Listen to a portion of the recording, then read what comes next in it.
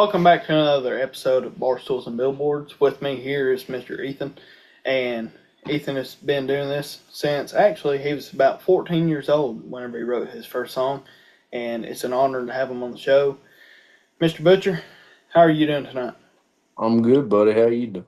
I'm doing all right, man. If you don't mind, let's just start off from the beginning, and we'll go from there on, where it all began for you. Well, I kind of come from a little bit of a musical family, I guess. My great grandpa played banjo, never did anything with it. Him and his brothers had a little bluegrass band. They'd pick around on the porch. And my uncle played a little guitar and sang a little bit. And when I was 7 years old, I got a Epiphone guitar for my birthday.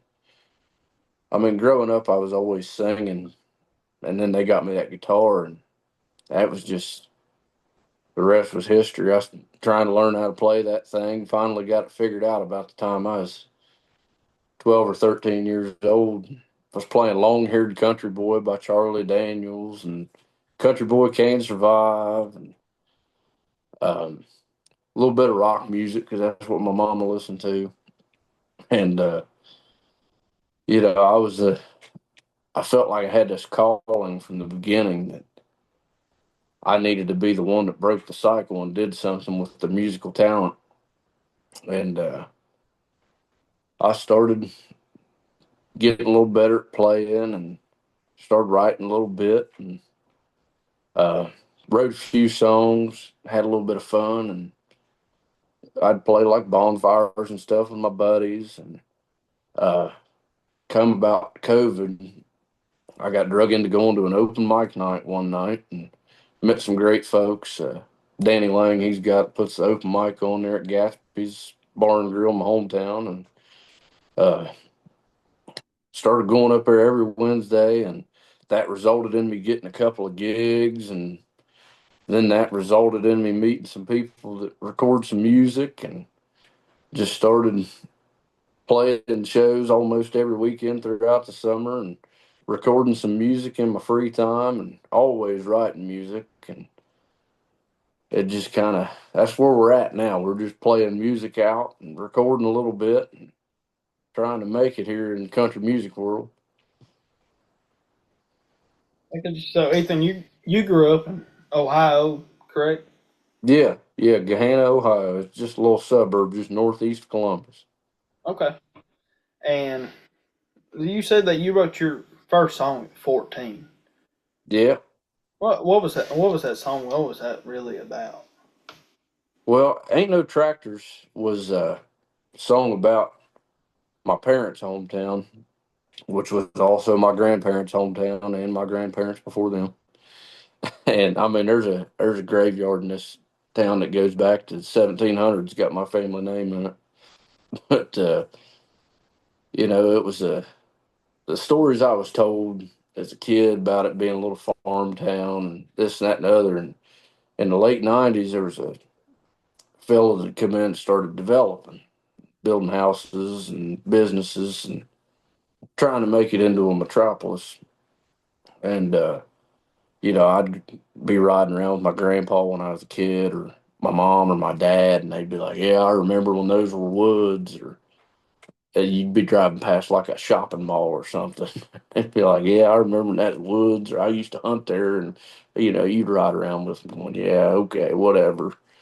And growing up, I did a lot of hunting, fishing out there at my grandparents' house. They had 6 acres there, and there was probably 200 backed up to it that we had permission to as a kid to hunt. And when I was 14 years old, that property got bought out, and houses started getting built, and the whole town had just turned into this town of just yuppies, people, and just uppity. It was an uppity town. Went from farm town to just, I don't know, like you know what I mean. But Absolutely. I see it around here all the time. And, now that we're talking about it, I had a trend pop up on my TikTok a couple days ago. It's like I'm officially this all used to be woods, old, Yeah, and I've I seen started that. laughing. I was like, but realistically, yeah. Yeah, it's happening a lot around here. I mean, it's moving toward us now. I moved about an hour north, and it's coming this way. But um, I'd seen this woods cut down that held my entire childhood memories of everything. And I was sitting back here one day in the little bit of woods that was left, and I was sitting there thinking, I need to write something down about this. This could be meaningful to somebody else that's gone through the same thing. And I sat back here underneath an oak tree that I did a lot of hunting underneath when I was younger, and I was trying to figure it out how I was going to write it. And I didn't want it to be a song about hunting or fishing. I wanted it to be a song about the death of a small town. Going from farm fields and grain silos to shopping malls and mansions. And it came to me. There ain't no tractors anymore.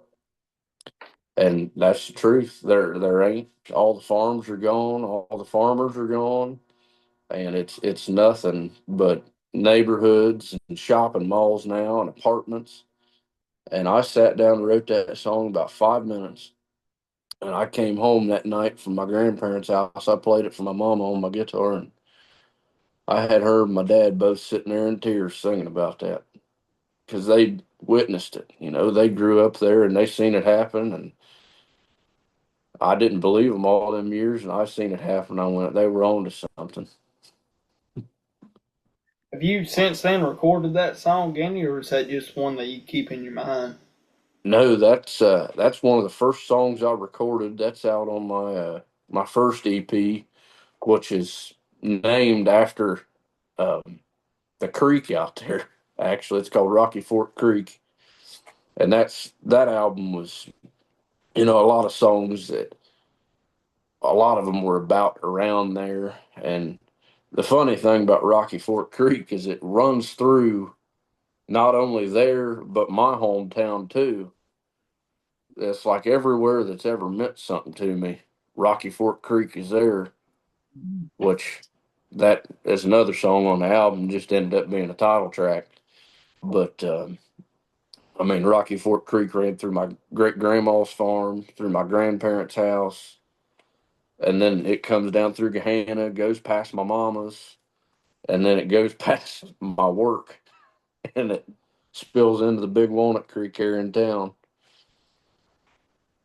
So it's pretty much everywhere you go, huh? Yeah, I mean, we grew up hunting around it when I was a kid out there at my grandparents. And then when I got, high school, middle school, me and my buddies was running around doing stuff and fishing and doing stuff we wasn't supposed to be doing. We was down there at Rocky Fork.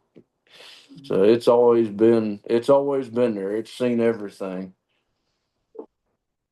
I got you. How was that recording your first EP? It was definitely a learning curve. It's a lot harder to record music than it is to just sit there and play it with your buddies and hang out or play it in the living room at the house. But it's definitely it was hard to try and craft the sound that I wanted because I'm going for that old school '80s '90s kind of sound, and it was definitely a learning experience, but I think we've got it down to a science. I was nervous going in there when we first did it because I didn't know how it was going to come out. And man, I couldn't be any more happy with it. And I'm actually still recording with the same guy that did my first album. I met him at that open mic night I was talking about a little while ago, where I kind of got my start in playing out and making a name. And I've used him ever since. And he lives just outside of Columbus. And he just got a recording studio in his basement and does it just as good, if not, well, he does it just as good as them folks down in Nashville. You want me to be honest with you? I think he does, but hell, somebody probably have an argument against that, but I think he does just as good as they do. Yeah, absolutely. So your first EP was called Rocky Ford. When you say first, how many EPs have you released? So I've got two out right now. My second one's called Ain't Letting Country Die. Or no, sorry, I said that wrong. It's Country Ain't Dead Yet. Um, and that was kind of part of my mission of making country music what it ought to be, which is steel guitars, fiddles, words from the heart, and um, that one come out in 2024. I put it out on Valentine's Day, and currently I'm working on a full album. I have my first full album, hopefully sometime in 2026. There you go. What songs was on that second EP? That was Ain't Letting Country Die, Honky Tonk Lovin', and Unfair Weather Friends. And I understand somewhere in there, I think it's a single. It's called "Where's the Hank." Yeah, that's on my first EP. Um, you want to hear a little bit about that? Yeah, yeah. Let's hear the backstory on that one if you don't mind. So, when we were a little bit younger, we used to go up to this bowling alley in Gahanna where I grew up when I was a kid. And we'd go up there every Friday night, Saturday night. We'd play a little pool and get on the jukebox. And there had a little bar, and there's the only bar you get into if you're under 21. And we'd go in there and put some music on the jukebox and shoot a little pool. And we're sitting in there one night, and there was a bunch of pop on the jukebox, rap music, and new country. And one of my buddies looks over at me and says, "Man, where's the Hank?" We used to be huge Hank Williams Jr. fans back in high school. And he looked at me and said, "Man, where's the Hank?" I said, "We need to write that down. Write that down somewhere. Hold on to that thought." And I went over there and crammed $20 in the jukebox and put nothing on there but Hank Williams Jr. And me and him sat there that night at the bowling alley and wrote "Where's the Hank?"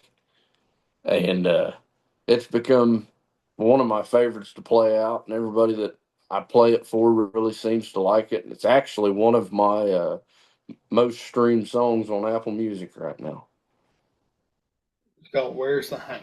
So you got Where's their the Hank? Apple Music and YouTube and possibly Spotify. Yeah, Apple, Spotify, Pandora, YouTube. There's some on there I don't even know what they are. When we released music, we released it through DistroKid, and it goes to like 70 different streaming services, and I only know about five of them. There you go. But I mean, I seen on Apple Music the other day they're listening to me in like Japan and Korea and Germany and stuff. Not I bad. mean, it's everywhere. That's awesome that you're making it all the way over there, Yeah, no kidding. right? I never So, thought I'd make it out of Gahanna. right.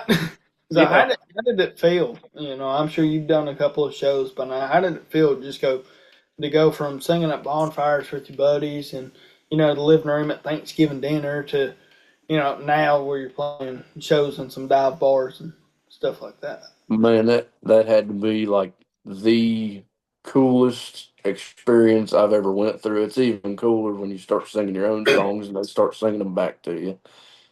But I mean, I went from I'd play bonfires Fridays and Saturday nights with my buddies, and then I was up there at that open mic night one night, and Danny Lang, the guy that runs it, does like a thing in the fall where he'll compile together, 15, 20 people off the people that have played open mic all year. And he'll say, "Hey, man, I'm doing a thing. You come out and play for 45 minutes." And that was my first one. I went up there and played for 45 minutes, and I thought, man, I want to do this every weekend. Especially you get a good crowd, you got people out there dancing and drinking and singing back to you. It's the best feeling in the world. Oh, I bet it is. How was it the first time you went up there on that stage during that open mic? How did that feel? Well, it was the first time I had been on a stage since high school, since I was doing talent shows back in high school, and um, I was a little bit nervous, but once I started playing Whiskey Bent and Hellbound, and the guy that was putting it on started smiling at me and started singing it back, I knew I was in the right spot. There you go. That always helps out whenever the main guy putting it on always looks at you Yeah, and kind of you gives go you. up there, you're like, is anybody going to know what I'm singing in here? Maybe, probably, I don't know. Somebody starts singing it back to you, and you're like, all right, never mind, we're good. Man, if you feel up to it, since we've been talking about a little bit on your songs and stuff like that, you feel up to singing something? Yeah, I'll sing you something. Man, how about we start off with that "Ain't No Tractor" song? Yeah, let me reach down and get my guitar. We'll do that.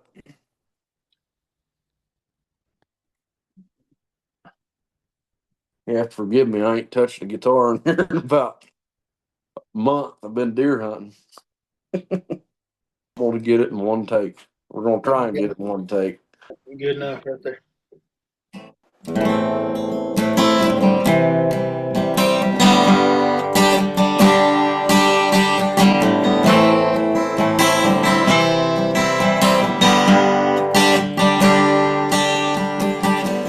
3 generations grew up in a farm town.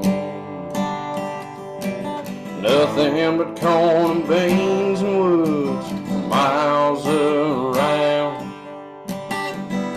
Just a little map dot no one knew about. Up until that big development came around. There ain't no tractors anymore, and a shopping mall replacing fields of corn. There ain't no tractors anymore, not the way there was back in 1984. Every summer day they were baling hay, but we can't do that like before. There ain't no tractors anymore.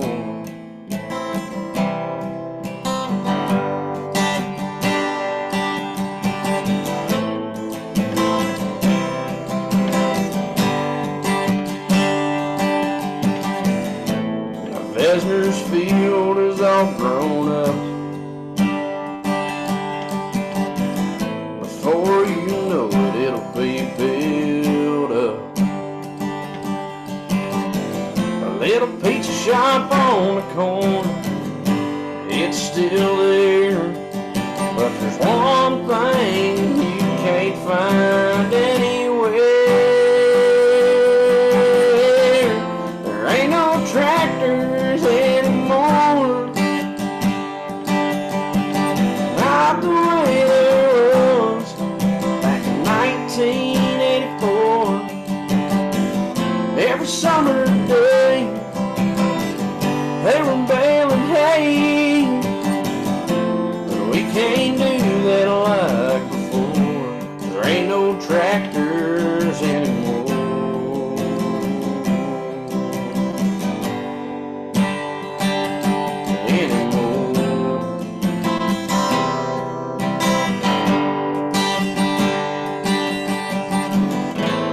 Man, this world sure has changed. Building plans are being arranged, and that woods I grew up in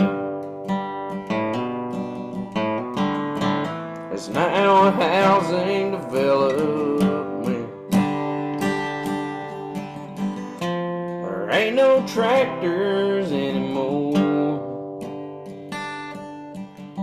not the way there was back in 2004. There ain't no tractors anymore, not the way there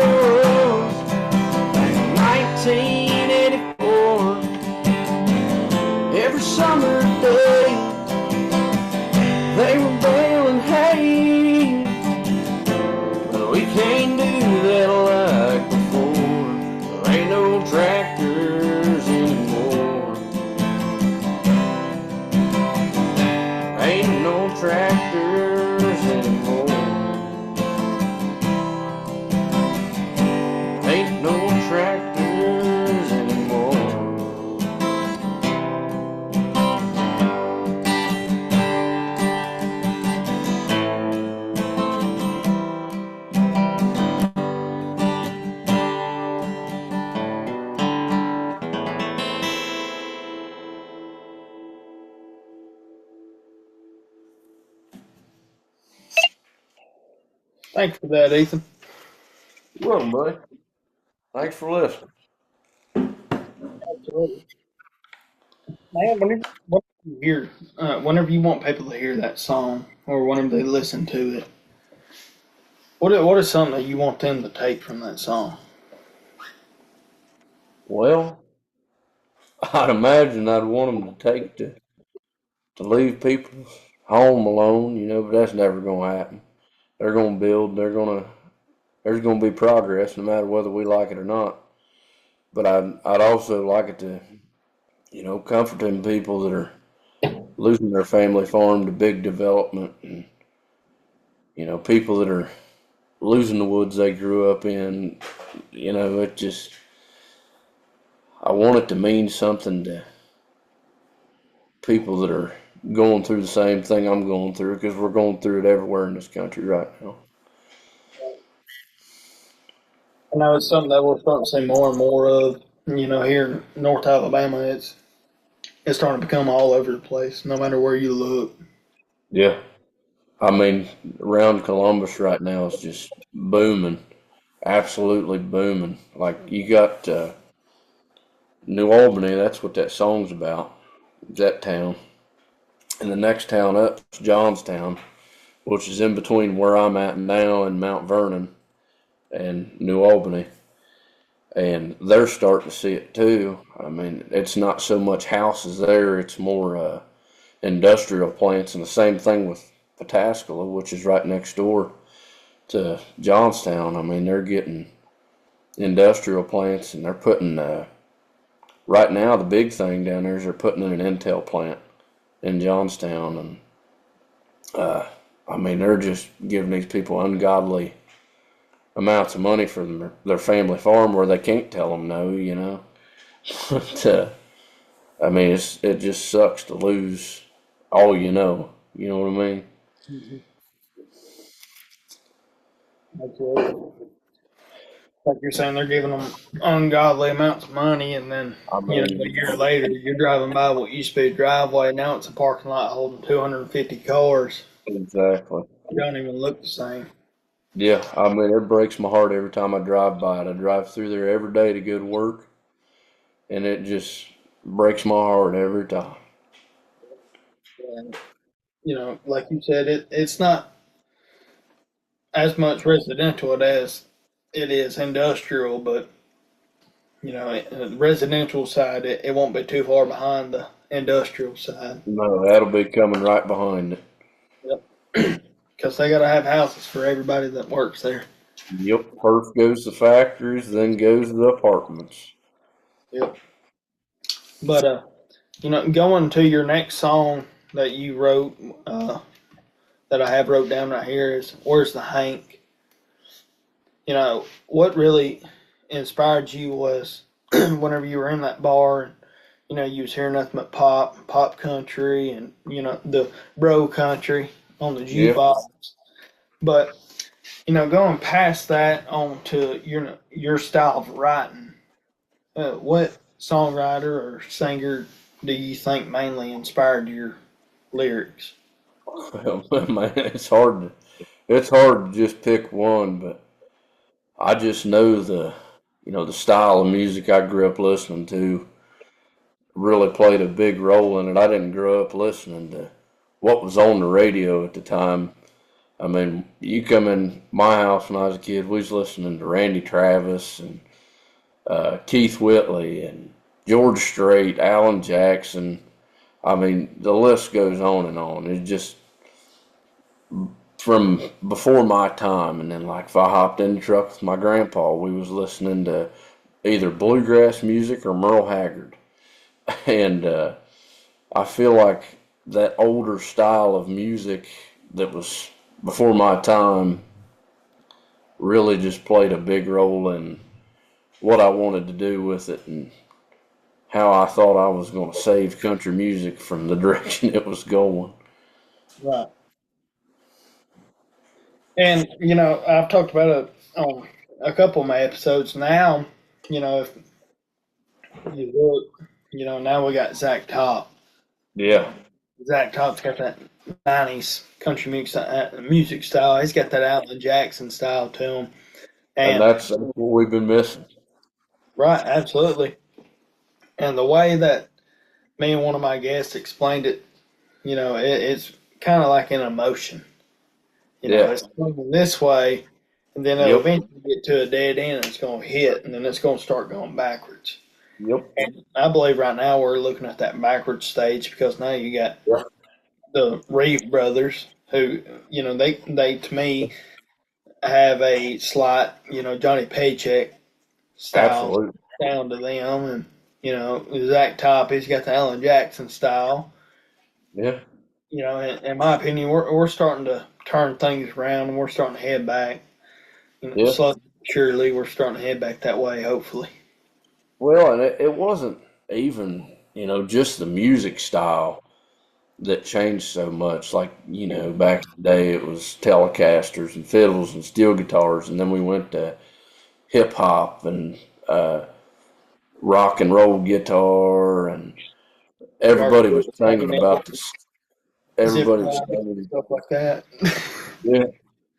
Everybody was singing about the same thing. I mean, it was Girl Truck Beer Friday night over and over and over again. They was beating a dead horse with it, and I mean, we're swinging back the right way. You got guys like Zach Top, Braxton Keith, the Reeves brothers, um, Cody Johnson, Riley Green. These guys that are actually storytelling with their songs again, and putting a little bit of that old school sound to it too. And I'm sure glad to see it going back that way. It makes you feel like a good old boy like myself doing it the way I'm doing it might stand a little bit of chance down there these days. Right? Absolutely. Excuse me. Have you ever heard of a guy named Kenny Whitmire? Yes, yes, I have. He's good too. I like I'm that. actually trying to get him I on like. the show. I'd love to get him on here and Yeah, have a I chance feel to like talk he'd to him be a good little down. bit. I liked that one song he did, Blue Collar. It's Yep. kind of a play on words. Yeah, I like that one too. That was a good tune. Yeah, I see him as some undiscovered talent right now. Yeah, What he could be. yeah. I think he's I got a mean, really good going. he ain't huge yet, but he's definitely on his way. I feel Absolutely. he's going to be the next Zach Top blow up overnight. You ain't the only one that I've seen say that. I've seen one more person say that. And Yeah, matter of fact, today I was scrolling through TikTok and stuff like that, looking for some talent to get on here in some future episodes, and I come across a post called what did they have it titled? It was like something like, "Who is a new country artist that you find yourself gatekeeping?" And I went to the comment section, and I seen three people actually comment Kenny Whitmire. I So think I put a shameless plug in that comment section. I'm not gonna lie about it. and I actually come across one comment from a girl that was in Montana, that commented Tanner Laws, and I seen that. I was Oh like, there we go. yeah, Tanner's starting to get out there and mention a lot more. He's actually got yeah, a big show coming up next year that he's labeled in. yeah. I That'd can't that'd be good. tell you the name of it, but no, he's starting to take off. He's starting to get that snowball effect where he's rolling and rolling and rolling. Yeah, But man, it's just a matter of time, and before too long, I see yourself, taking off before you know it. It's just a matter of time, really. I think you got a lot of talent, and I think you need to be discovered pretty pretty quickly, in my opinion. I sure do appreciate that, and I'm glad to hear it, buddy, that you're thinking Absolutely. the same thing. Because I tell you what, I don't want to be digging holes for the city of Gahanna Water Department the rest of my life. I Absolutely. want to be on a stage with a chorus sitting next to me and a guitar in my hands. There you go. Hey, I mean, Zach Top took his chorus up on the CMA stage with him. Yeah, I seen that. I'm just sitting there thinking, man, if I ever make it there, I'm gonna do something like that too, and forget to sit my beer down. Not what he's like. He's like, well, I mean, it's my first award, so it's kind of a big deal. He's like, well, I don't know if I was supposed to sit this down, but Right? I'll have to screenshot that and save it for later whenever you get up on yeah, the yeah, yeah. I'll be in the background with a big old poster. Yeah, me drinking a Coors Banquet. Yeah. Like, hey, Remember this? yeah. Remember me? But yeah, Oh, I see a lot of undiscovered talent, especially on TikTok. And, that's the ones I want on my show. It's the ones I feel like, is gonna make it, stuff like that. So if I there's a approach lot of them, it's because I see something. I see I something. appreciate that. Absolutely, man. Right. I ain't trying to make you buttered up or blushing on me, but Buddy, I ain't gonna put my head through the door to go to bed now. there you go. I guess you're gonna have to sleep right there with the course in your hand. Yeah, I guess so. I might have to curl up back here by the wood stove or something. Maybe I can butter you up enough to get me up there in Ohio going on a deer hunt. Hey, we might be able to work something out. I got the deer, but they don't come out unless it's day or unless it's dark. While we're on that subject, I come across one that's like, kind of the same style post I just talked about. It was like the most underrated way to deer hunt, and I got on the top comment 3,000 likes. It's like hunting after dark or after daylight's over. And I'm like, Fuck, I've heard that's the way to do it, but I'm too scared to try it. right, I'm scared of the dark. I ain't scared of the dark. I'm scared of the GWs that lie within the dark. You ain't kidding. We got check vine for the first time last week. I was nervous as a long-tailed cat in a room full of rocking chairs. Did you have a plug in? Yeah, I had my plug in my gun. I had everything I needed. I just didn't know if he's gonna find something I didn't know about. I Yeah, mean, we've been like you out got a duck guilty hunting. conscience. We've been out duck hunting. We just come up the boat ramp, and here he come. I'm going, uh-oh, this ain't good. Sounds like a guilty conscience to me, but A oh little my. bit, a little bit. I always feel like I done something wrong, even though I know I did. It happens. Especially when there's Happens some all green pants involved. the time. Right. We'll be at work. GW would drive by work, and I'm turn Hey, my I head. didn't. You see a black truck that says ODNR on it, it's always a bad day. It's always a bad day. Ours, most of ours is either gonna be a forest green Silverado or a forest green or black Dodge pull up on him. Yeah. Yeah, you see a black like '07 to 13 Chevy pull up with a deer, a bass, and a bald eagle on the side of it that says wildlife officer. It's like Phil Robertson said, the best thing to do is run. Right. Discretion's a better part of valor. uh, Actually, the first run in I had with the game warden, I was fishing without a license. I think just I had just turned 17, and me and a buddy of mine were fishing at a place called Mallard Creek, and luckily it was close to the day that they had. Alabama did a thing. I don't know if they still do it. I ain't really kept up with it, but they did a weekend during COVID where you could go fishing all weekend with no fishing license. They do something like that up here too, around the end of May. And but this was like a weekend or two before that, or after. It was like the weekend after it or something like that. But Yeah. it worked out in my favor. But I cast it out there and reeling in, and I hook one. And as soon as I set that hook and started reeling, I heard a truck start coming down the road. And in my head, I'm like, yeah, that's gonna be the old GW. And Yep, this is the end. I reeled in that fish, and as soon as I got it up to the bank, I picked it up out the water, and I turned my head like this, and it was a game warden. pulling in. I said, God almighty. And I unhooked that fish. I threw it back in the water, and I just recast it. I kept doing my thing. And he got out of his truck and said, hey, man. No, I reeled in real quick, and I hooked it. And I was like, what's going on? He goes, oh, nothing. He said, just out checking some licenses. You got yours on you? I said, no, sir. He goes, what do you mean? I said, I ain't got one. I'm going to be honest with you. I ain't got one. He goes, and I just seen you with the fish in your hand. I said, yes, sir. He said, well, go ahead and get out your license.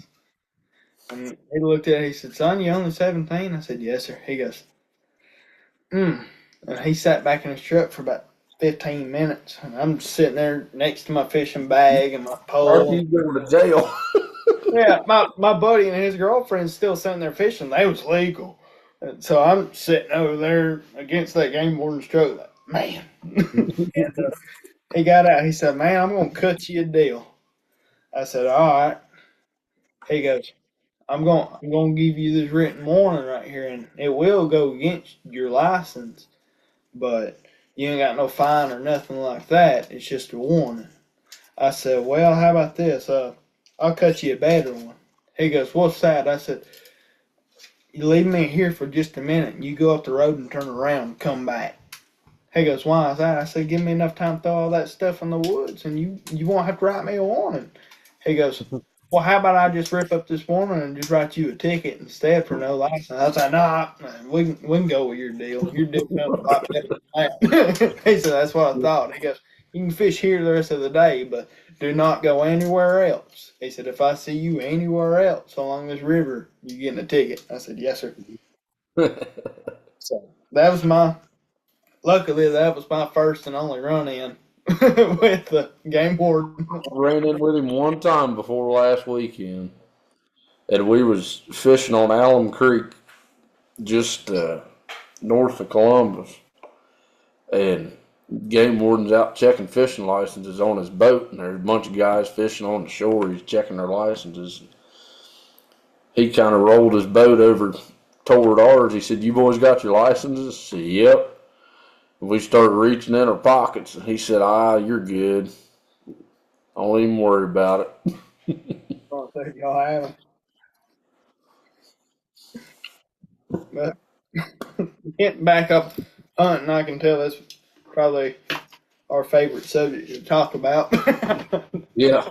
Hunting and fishing, but well, about all I know how to do besides play a guitar. well, that's all I know how to do other than talk. I don't even really know how to play this guitar. I just do it. You just do it.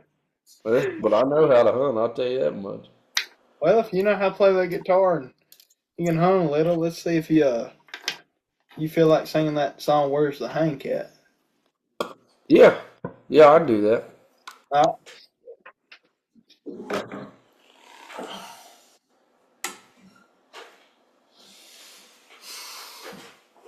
Trying to get this glare a little better this time.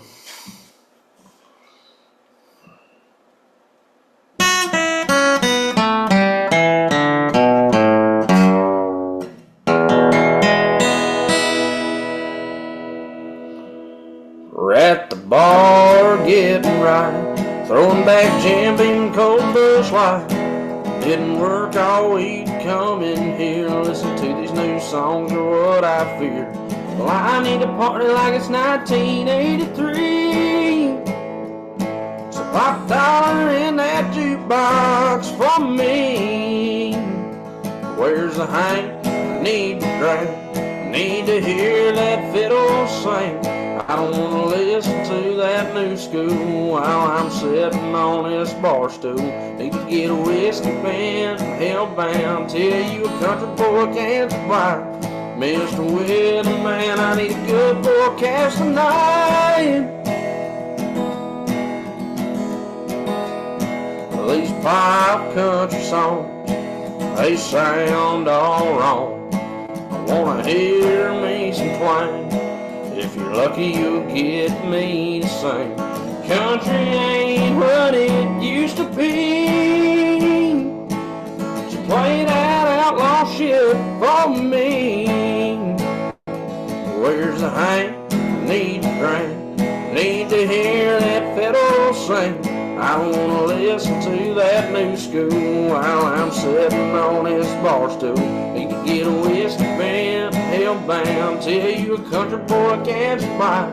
Mr. Weatherman, I need a good forecast tonight.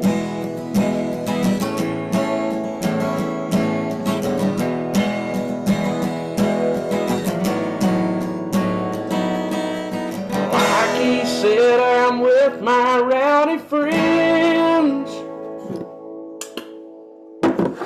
And oh shit. I'm going to have to make your own little credit scene at the end of it of all your bloopers. All my fuck ups. Finish the song and oh shit. All my videos, what I'm recording for TikTok, I have like probably 50 videos in my phone of me going, oh shit, or how did I mess that up, or oh, you gotta be shitting me. I wrote the song, don't even know it. Yeah, dude, that's the worst when you get on a stage and you do that. Oh, that's happened a couple times. You need to start More messing with times than people. I'm proud to admit.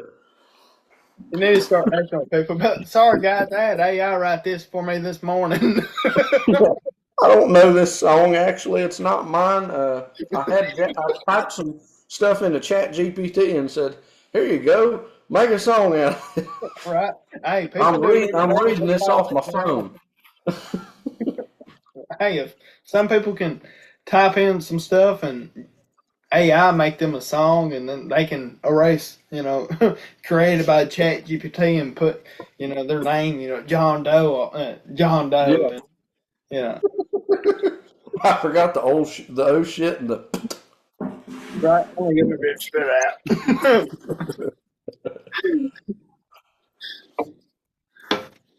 Man, how we looking like on the future for Ethan Butcher, like within the next year? What we looking like? Well, we're gonna try and get this album out. I've been working on it for probably 2 years now, but with work mixed into everything and playing live shows and feeding the addiction of hunting and fishing and whatever else, it's been hard to get into the studio and get it wrapped up. But we'll have my first full album coming out hopefully in 2026, and we're gonna be playing a lot of shows, still writing a lot of music, and finally got a little band running around with me, so there's a lot of good things coming our way. Yeah, that sounds awesome, man. Whenever you said you're working on an album, what's that album gonna be to look for? Looking for? Well, this one is going to be called Moving On, and it's a lot of heartbreak songs, but it's got quite a few fun ones on there too. But I love, love, love that old school steel crying steel guitar, yank your heart out of your chest, sad country songs. That is my thing. I love them, and I can write them.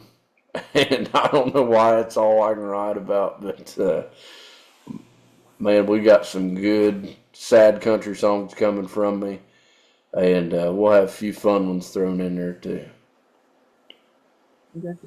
Man, that sounds awesome. I'm looking forward to hearing that one. And I looked earlier whenever I was looking back through my notes, and I have one of your upcoming songs called "The One That Haunts Me the Most." Yeah. How's that one go? What's that one about? Well, there was a girl I was seeing last year, and it was one of them ones. Everybody's got the one that got away, and she was kind of the one that got away. I thought that was the one, and you know, here I am. She ain't here, and I went deer hunting one day. I'm going off on a hunting tangent, but trust me, it's part of the story. It's part of the songwriting process. So I had watched this buck on trail camera 3 days in a row while I was at work at 8 a.m. And I went, I'm going to go get him. And I went in there, and here he come at 8 o'clock, like clockwork. And I was bow hunting, and he's quartered away at 35 yards. When I shot, he turned just a little bit, and I watched that broadhead just graze his shoulder. And off he went. I missed him. And I'm thinking, oh, this one's going to haunt me for a while. And then I started thinking about all the ones that got away when I was riding home that morning. And I started thinking about, well, I had this old Dodge truck that I really loved that I'd totaled, and I'd lost this big fish last summer at the side of the boat, and the whole lake knew I lost it. There were some choice words said there at a very loud voice. And, I'd missed this deer. I'd lost this woman that I thought was it. And I'd sat down when I got home and got my guitar out and just started strumming a couple chords. And I was like, I'd put some words to this. And I started thinking about all these things, things that I had lost, the ones that got away. And I wrapped it all back into losing a woman. And it's been on TikTok and done a little bit on there. It's got a little bit of attention. Not near what I want it to get yet. But it'll be on this new album. And it'll be out before we know it. Hopefully middle of next year. So that's something we all need to keep an eye out for and watch and wait closely for, I take it. Absolutely. I don't know, but as soon as I know, I'll let y'all know. All right, that sounds great, man. I'm looking forward to hearing it. But before we start wrapping this all up and stuff like that, what's some advice that you could give somebody if they're looking to get into country music or songwriting? If you're looking to get into this, don't try and be somebody else. Be you. Write what you know. Don't write about what you've heard on the radio. Just write about what you've lived through, what you've gone through. Put a story behind it. And play in front of people every chance you're given. There's been times I'll go down and play on OSU campus for free just so somebody can hear it. And you got to do that to get your name out there. But the more you play, the more people are going to start to notice you. So definitely play as much as you can and just try and be authentic. Absolutely.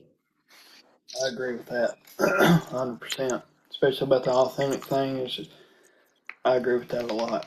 Yeah, it's kind of hard to sing country music when you ain't living a country lifestyle, but there's a lot of folks out there doing it. But to be honest with you, the people that's doing that's the same people that's getting them AI songs or somebody else's are sitting there singing about a jacked up Chevy truck driving a Honda Civic. Right? Singing about their farm living in an apartment. There you go. But man, if you fill up for it, I'll let you close out this podcast episode with the one that haunts me the most. And if you want to, hang around a little bit after we get done recording. All right, man, let's rip it. Sounds good.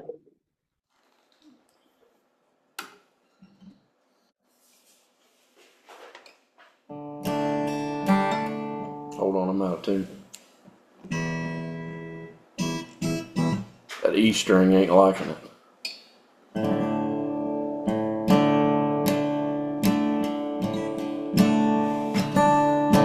I just about reeled in an 8-pound bass that I hooked into on my first cast.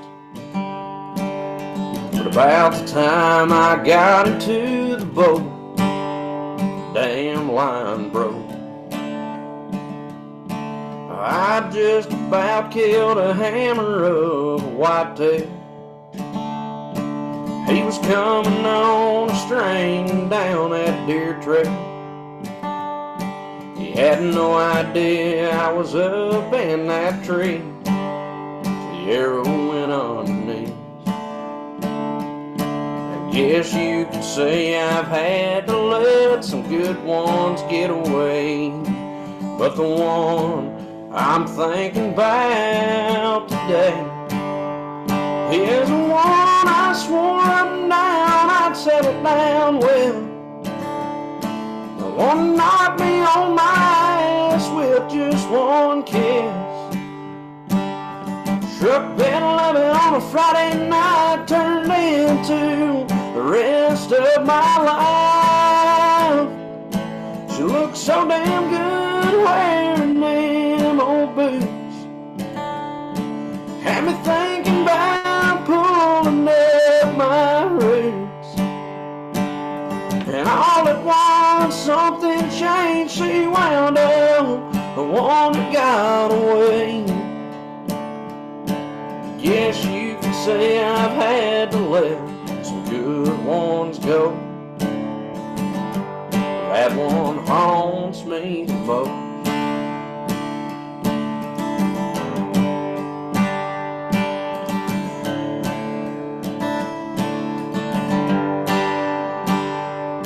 Well, I just about had a perfect Dodge truck.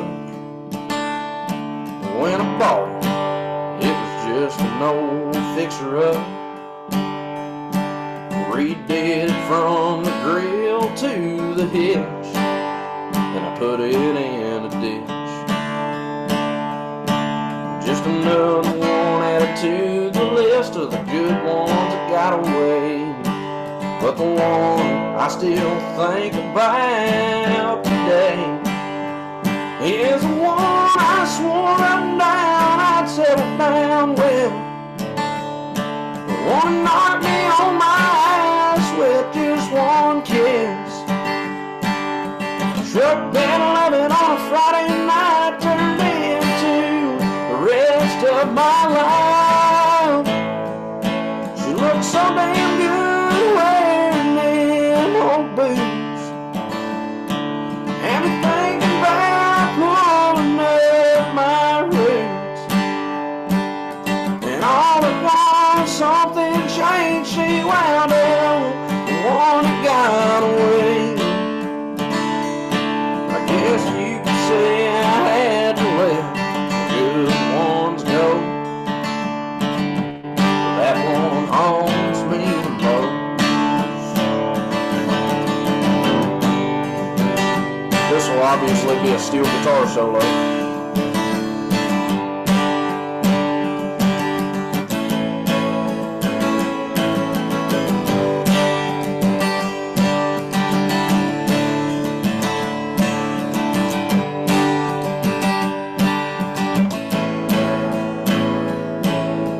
All good things must come to an end, but if I could do it all over again, I'd go back to that summer of 24. I wouldn't let her walk out that door.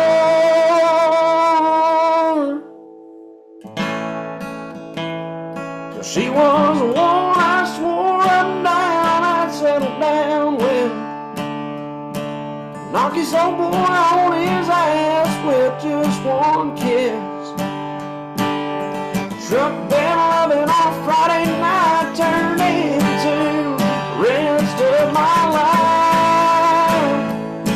She looked so damn good wearing them old boots. Had me thinking about pulling up my roots. And all at once something changed. She wound up the one that got away. I guess you could say I had to let the good ones go. That one haunts me the most.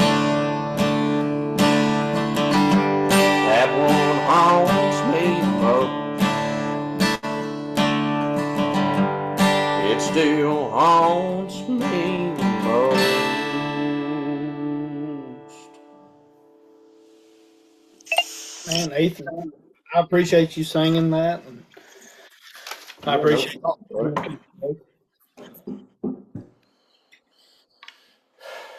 That right there, that about made me cry. Damn.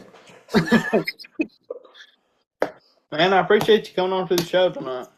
Hey, I appreciate you having me, buddy. Absolutely.